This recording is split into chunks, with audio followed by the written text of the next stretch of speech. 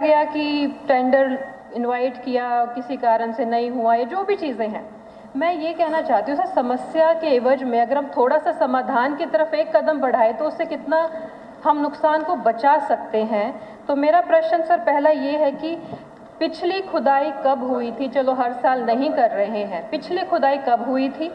और दूसरा ये कि नुकसान को देखते हुए खुदाई को हर 2-3 साल में किया जाए, उसको लेके क्या प्रावधान बनाया जा रहा है वो बताया जाए।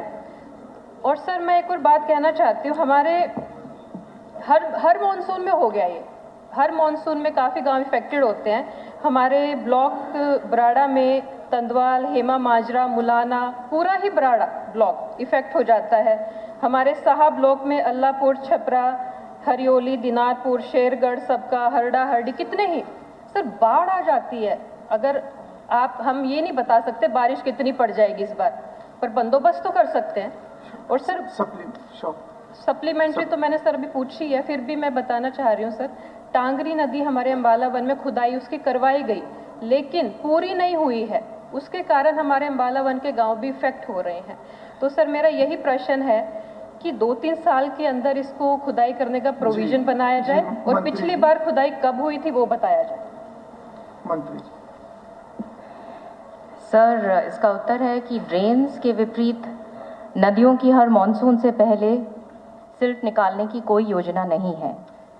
हाल के वर्ष में बार बार हो रहे भारी मॉनसून और सिल्ट के जमाव को देखते हुए नदियों की कैरिंग कैपेसिटी बढ़ाने और बाढ़ को कम करने के लिए इसी वर्ष पहली बार ये इनिशिएटिव लिया गया सर, हरियाणा सरकार ने हमारे माननीय मुख्यमंत्री जी के मार्गदर्शन में।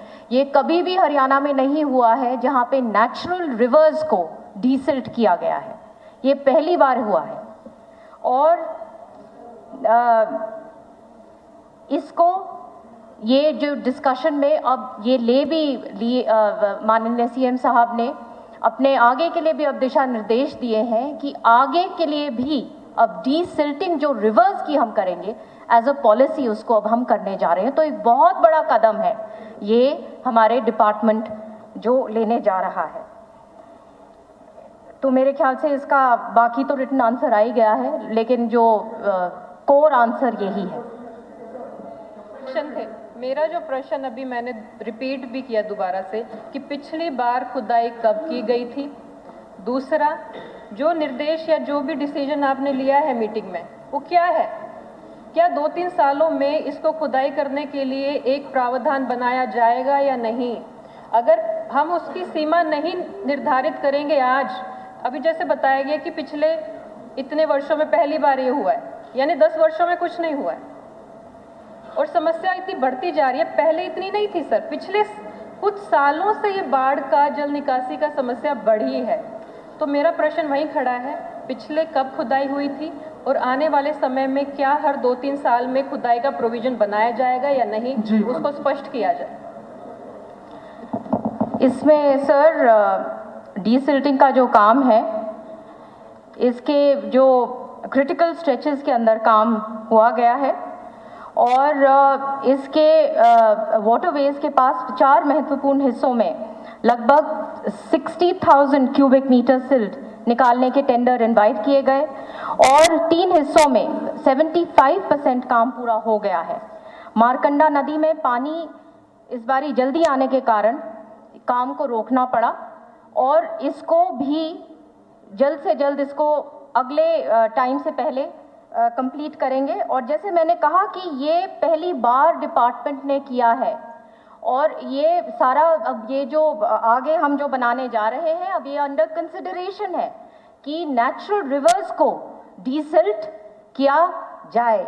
ये शायद माननीय सदस्य नहीं जानते कि नेचुरल रिवर्स को अब तक डीसिल्ट नहीं करा गया है। 10 साल में पहली बार या पहली ही बार? पहली बार हरियाणा में। ठीक। श्री प्रमोद विज, श्री अशोक कुमार अरोड़ा। 6-5। मंत्री जी। माननीय अध्यक्ष जी, माननीय सदस्य ने जो बात पूछी है आदरणीय अशोक अरोड़ा जी ने, उसका उत्तर इस प्रकार है। श्रीमान जी, ब्रह्म सरोवर के पश्चिमी तट पर अस्थायी आधार पर एक ट्रांसफर स्टेशन पहले से स्थापित किया गया है, जहां से थानेसर नगर पालिका के सॉलिड वेस्ट को प्रतिदिन करनाल प्रोसेसिंग साइट पर ले जाया जाता है। जैसे ही कचरा प्रबंधन के लिए नगर परिषद थानेसर उपयुक्त स्थान निर्धारित करती है, जिसके लिए 20/8/2025 को एक विज्ञापन जारी किया गया, यह ट्रांसफर स्टेशन तुरंत हटा दिया जाएगा। माननीय स्पीकर सर, ब्रह्म सरोवर हरियाणा प्रदेश ही नहीं, इस देश का एक बहुत पवित्र सरोवर है और हजारों यात्री रोजाना वहां पर आते हैं। और ये जो यहाँ डंपिंग प्लांट बनाया गया है, ये डंपिंग पॉइंट, इससे बिल्कुल ब्रह्म सरोवर के ऊपर है, सड़क के साथ। एक तरफ कुरुक्षेत्र यूनिवर्सिटी है, दूसरी तरफ ब्रह्म सरोवर है। पिछले दिनों कुरुक्षेत्र डेवलपमेंट बोर्ड की मीटिंग महामहिम राज्यपाल की अध्यक्षता में हुई थी। माननीय मुख्यमंत्री जी भी वहां थे, तो मैंने वहां भी मुख्यमंत्री जी से इस बात के लिए रिक्वेस्ट की थी और मुख्यमंत्री जी ने आदेश भी दिए थे कि इसको तुरंत बंद करके जो हमारा रेलवे एलिवेटेड बना हुआ है वहां पर इसको ट्रांसफर किया जाए, ना कि ब्रह्म सरोवर पे किया जाए।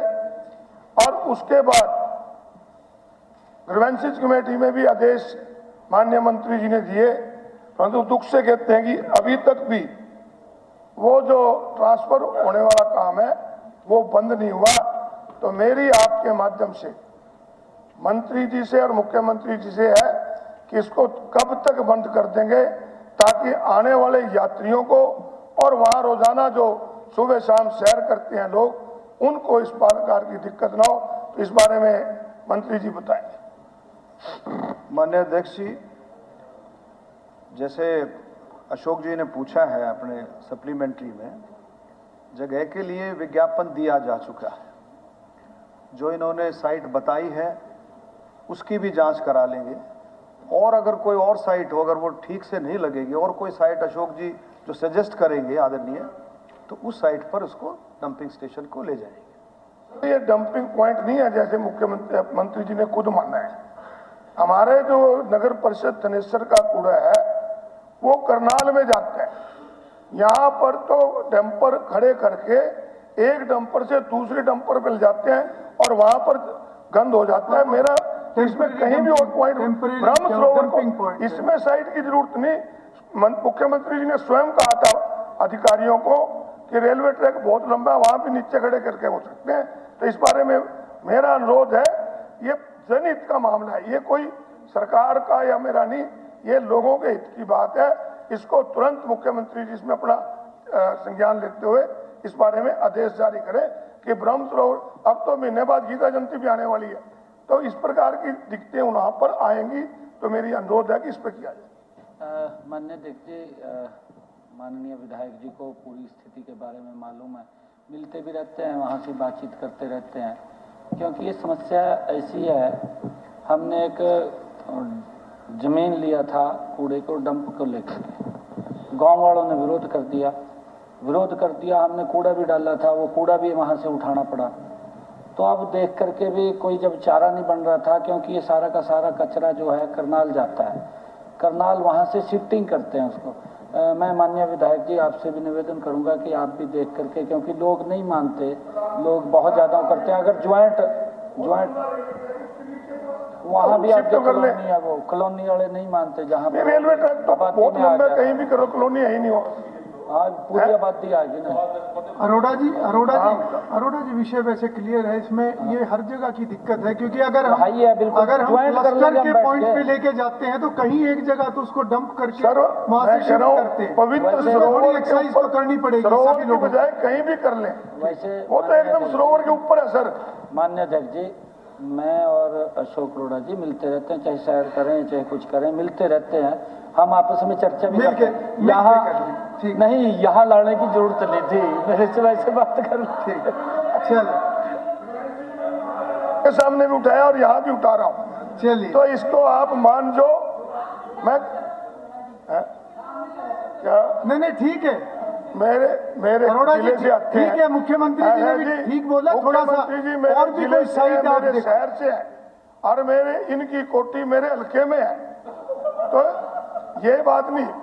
परंतु मुख्यमंत्री जी मेरे जिले से हैं, मेरी बात आज तक एक भी नहीं मानते। श्री जगमोहन आनंद। Question number 66। जी मंत्री जी। अध्यक्ष महोदय, माननीय जगमोहन आनंद जी ने जो क्वेश्चन पूछा है, करनाल मेरठ रोड की हरित पट्टिका विकसित और ओवरब्रिज की बात कही है, सीएम अनाउंसमेंट 2017 की। माननीय अध्यक्ष महोदय, जो सीएम अनाउंसमेंट 2017 की जो थी, उसमें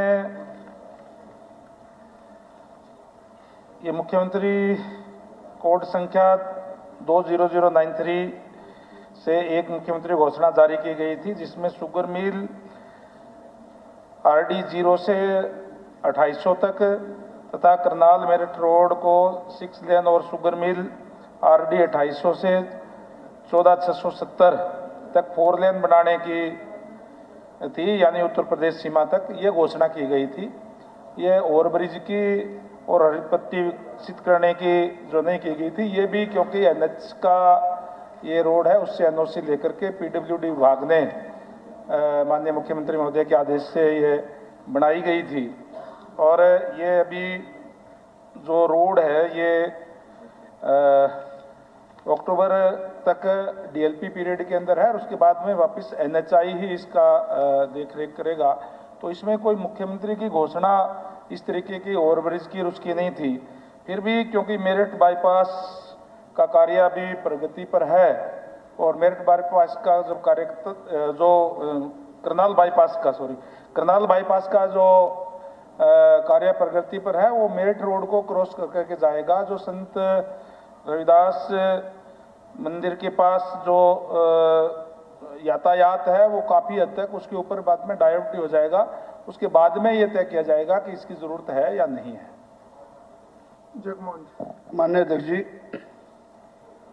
जब तत्कालीन मुख्यमंत्री श्री मनोहर लाल जी थे, जिसे इन्होंने बताया कि भी सीएम अनाउंसमेंट की बात कही, सेक्टर 6 का एक डेलीगेशन माननीय मुख्यमंत्री जी को मिला था, तब मैं जिलाध्यक्ष था। उस सड़क पर वो आपकी विधानसभा को भी जोड़ती है और रोज हर हफ्ते में कोई ना कोई एक एक्सीडेंट वहाँ पर होता है। वो बड़ा व्यस्त चौक हो चुका है और दिन ब दिन अभी 6 लेन का नया हाईवे बाहर से निकल रहा है और उत्तर प्रदेश का सारा ट्रैफिक जोन सा है यहाँ से होकर के गुजरेगा। IG साहब का भी रेजिडेंस उसके बराबर में है। तो हर हफ्ते कोई ना कोई एक एक्सीडेंट होता है, कोई ना एक जान जाती है। मेरा आपके माध्यम से निवेदन है कि इसको हैवी ट्रैफिक को देखते हुए और इसको ऊपर जो पुल है इसका फ्लाईओवर बनना बहुत ज़रूरी है, क्योंकि ट्रैफिक का जो दबाव है वो 6 लेन हाईवे बनने के बाद ये मेन रास्ता हो जाएगा जो यूपी को कनेक्ट कर रहा है और यूपी का सारा ट्रैफिक यहाँ से होकर के गुजरेगा। फिजिकल अगर इनकी टीम जाकर के, माननीय मंत्री जी की टीम जाकर के देखे और वास्तव में आज वहाँ ट्रैफिक इतना है क्योंकि रेड लाइट से वो कंट्रोल नहीं हो पा रहा, मोटरसाइकिल वाले या कार वाले या स्कूली बच्चे वो हताहत हो रहे हैं। तो मेरा एक आपसे निवेदन है आपके माध्यम से कि इसका ऊपर जो पुल है फ्लाईओवर वो अवश्य निर्माण हो। मंत्री जी, इसमें मैं भी जोड़ना चाहूँगा क्योंकि जैसा जगमोहन जी ने बताया ये मेरी विधानसभा को कनेक्ट करता है और ये बात बिल्कुल सही है कि यहाँ के लिए एक विषय आया था फ्लाईओवर का और पिछले दिनों में मैंने एक रिव्यू मीटिंग जो की थी उसमें भी ये विषय आया था कि नवंबर में जब नेशनल हाईवे से को ये हैंडओवर हो जाएगा तो उसके बाद वो टेकअप करेंगे। तो मेरा भी इसमें निवेदन है। माननीय अध्यक्ष महोदय, जैसे आपने भी कहा और माननीय सदस्य कह रहे हैं, हम क्योंकि नेशनल हाईवे का है इसलिए नेशनल हाईवे को लिख करके और इसको बनवाने का प्रयास जो है डिपार्टमेंट की तरफ से किया जाएगा। एक और जानकारी मैं देना चाहूँगा माननीय अध्यक्ष महोदय, माननीय हमारी बहन गीता बुक्कल जी ने कहा था कि सालावास से मतनेल रोड की हालत बहुत ख़राब है। वो 3-4 दिन से अभी शुरू कर दी है बहन जी, उस पर काम शुरू हो गया है। और आपने जो तुचकवास से जो मतनेल की जो बात कही थी, मतनेल बहू की, वो भी अक्टूबर में शुरू हो जाएगा। श्री मोहम्मद एक तो शुरू होगा जो ज़्यादा खड्डे करे थे। श्री मोहम्मद इसराइल। क्वेश्चन नंबर 67 और मंत्री जी, स्पीकर सर, मेरे भाई ने पूछा है कि अथीन में बहुत तकनीकी महाविद्यालय उटावड़ का दर्जा डिग्री महाविद्यालय के रूप में बढ़ाने का कोई प्रस्ताव सरकार के विचाराधीन है? नहीं श्रीमान जी, नहीं है। मगर मैं पूछना चाहता हूं कि भाई बहुत तकनीकी विद्यालय से आप डिग्री कॉलेज क्यों करवाना चाह रहे हैं? अगर इसमें आपको कोई और बात है तो आप मुझे स्पष्ट बताएं, क्योंकि वहाँ पे सीट भी काफ़ी है, बच्चे भी काफ़ी हैं इसमें भी। फिर भी आपने कोई और ऐसी बात है या आप कुछ और बात चाह रहे हैं तो आप मुझे व्यक्तिगत भी मिल सकते हैं, और कोई बात अगर आपके ध्यान में अभी है तो आप अभी भी कर सकते हैं। स्पीकर सर, मैं जो बहु तकनीकी कॉलेज उटावड़ में बना हुआ लगभग 40 साल पहले बना था, और पिछले 10 और 15 साल से लगातार एक डिमांड हो रही है। बीटेक करने के लिए हमारे बच्चों को या तो फरीदाबाद या फिर पल्ला इंजीनियरिंग कॉलेज मेवात या दिल्ली के लिए जाना पड़ता है, जहां आकांक्षी लोग हैं और लोगों के पास इतना पैसा नहीं है, बहुत कम खर्चे में अपनी पढ़ाई कर सकते हैं और डिग्री कर सकते हैं। जमीन अवेलेबल है, बिल्डिंग अवेलेबल है, तो क्यों ना इसको डिग्री कॉलेज बना दिया जाए ताकि हमारे बच्चे वहाँ डिप्लोमा करके और वहीं के वहीं अपना डिग्री कर सकें, बीटेक कर सकें। मेरी आपसे, आपके माध्यम से माननीय शिक्षा मंत्री जी से अनुरोध है कि ये इस कॉलेज को डिग्री कॉलेज बनाने के लिए मेरी आपसे प्रार्थना है। ये हालात को देखते हुए और ब्लॉक के हतीन को देखते हुए ये बनाया जाए। मैं आपसे अनुरोध करता हूँ। माननीय मुख्यमंत्री जी से भी मैं अनुरोध करूंगा, हतीन की अभी तक पिछले 10 साल से कोई भी ऐसी समस्या आप मुझे बताएं कि आपने 10 साल में ये किया। हतीन में बिल्कुल विकास हो, एजुकेशन हो, चलिए अभी तो इसी या नहर हो, अभी आप प्रश्न पे ही रहे। हर बात के लिए अगर ना हो और हाँ होनी शुरू हो जाए तो मैं आपसे रिक्वेस्ट करूंगा हतीन पे भी ध्यान दें। इसी प्रश्न पे रहे। चलिए, मैं तो मंत्री जी मैंने तो कहा ही है कि जो मेरे सदस्य साथी ने कहा है, इनकी जो समस्या मुझे समझ में आ गई है, और मैं चाहूंगा कि एक बार आप सेशन के बाद व्यक्तिगत भी एक बार बैठ लें और कोई विषय भी वो भी समझ में आ जाएगा। मैं अधिकारियों से भी बोलूंगा एक बार आपके साथ बैठ के, अभी हम लोग इसमें जो रास्ता निकलेगा निकाल लेंगे, आपको परेशान नहीं होने देंगे। शुक्रिया। Doctor Krishna Kumar 68 sir. जी मंत्री। नहीं श्रीमान जी। सर ये आंसर नहीं है मेरे, ये तो सर इसमें